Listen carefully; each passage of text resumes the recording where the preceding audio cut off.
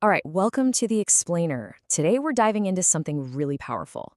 It's this whole idea of transformation, right? How you go from feeling totally hopeless to actually taking back control of your life.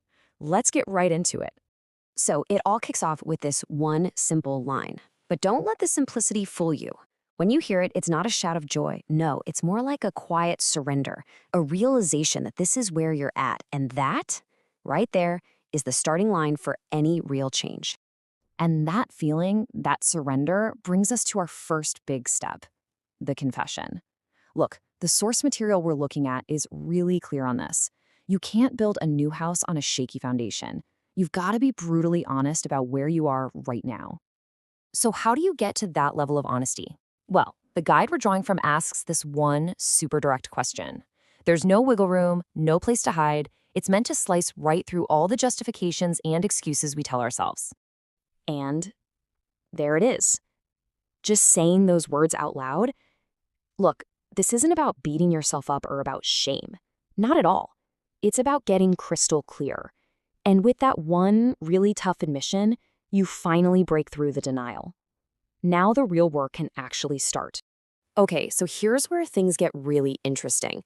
As soon as that admission is made, the guide immediately shifts gears. It's not just about what you're doing, it's about why you're doing it. The idea here is that the addiction, whatever it is almost never the real problem. It's just a symptom of something way deeper. And what are those deeper issues? Well, the source boils it down to these two incredibly powerful feelings: loneliness and hopelessness. It's that awful combination, that feeling of being completely and utterly stuck. That's the engine driving the whole thing. The drinking, that's just the escape hatch. And you can see how this changes over time, right? What might have started out as just a social thing, a way to have fun, to loosen up, maybe have better conversations, it slowly, almost without you noticing, becomes a painkiller. It turns into a crutch you need just to get through the day, to numb that feeling of being alone. And pretty soon, the happiness it used to bring is just gone. Okay, so you face the truth. You understand the why. So now what? Well, now comes the action. This next part is all about a practical, step-by-step plan for grabbing the steering wheel again. This isn't about just hoping things get better. It's about actually doing something. So the path forward is laid out in 4 really manageable steps. First, you gradually cut back. The guide is super clear. Don't just go cold turkey. That's a setup for failure. Second, you go right after the loneliness by joining some kind of group, a gym, a running club, whatever. Third, you reach out, just 1 or 2 old friends to reconnect. And finally, you start practicing being social again, but in really low-stakes situations, like chatting with a barista or your barber. And here's a really crucial point. The goal here isn't to suddenly have a whole new group of best friends. That's way too much pressure. No, the goal is just to get comfortable being around people again, to make acquaintances.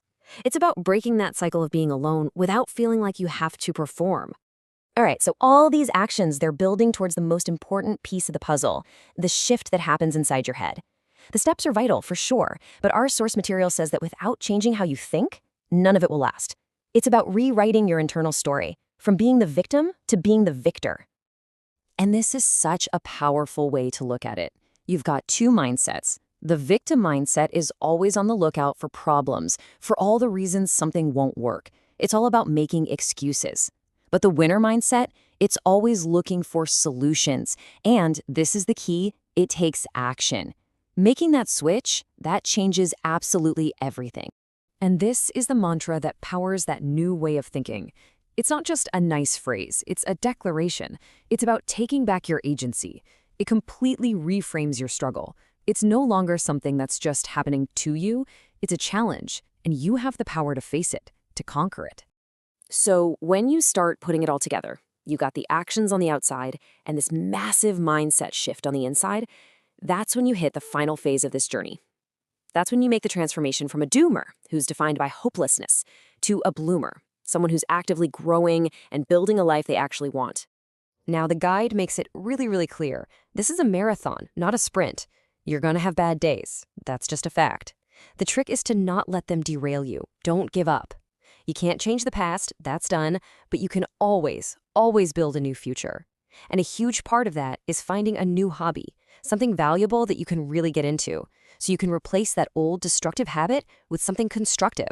It's also so important to remember this, While those feelings of loneliness and being stuck are things pretty much everyone can understand, your specific fight, well, that's unique to you. Think of this advice as a roadmap, a template, but your journey, your path, is going to be your own. So we're not going to end with a neat little summary. Instead, we're ending with a question for you. The path is laid out, from that first honest confession to taking action to building a whole new mindset. You have the map. The only question left is, what's your first step?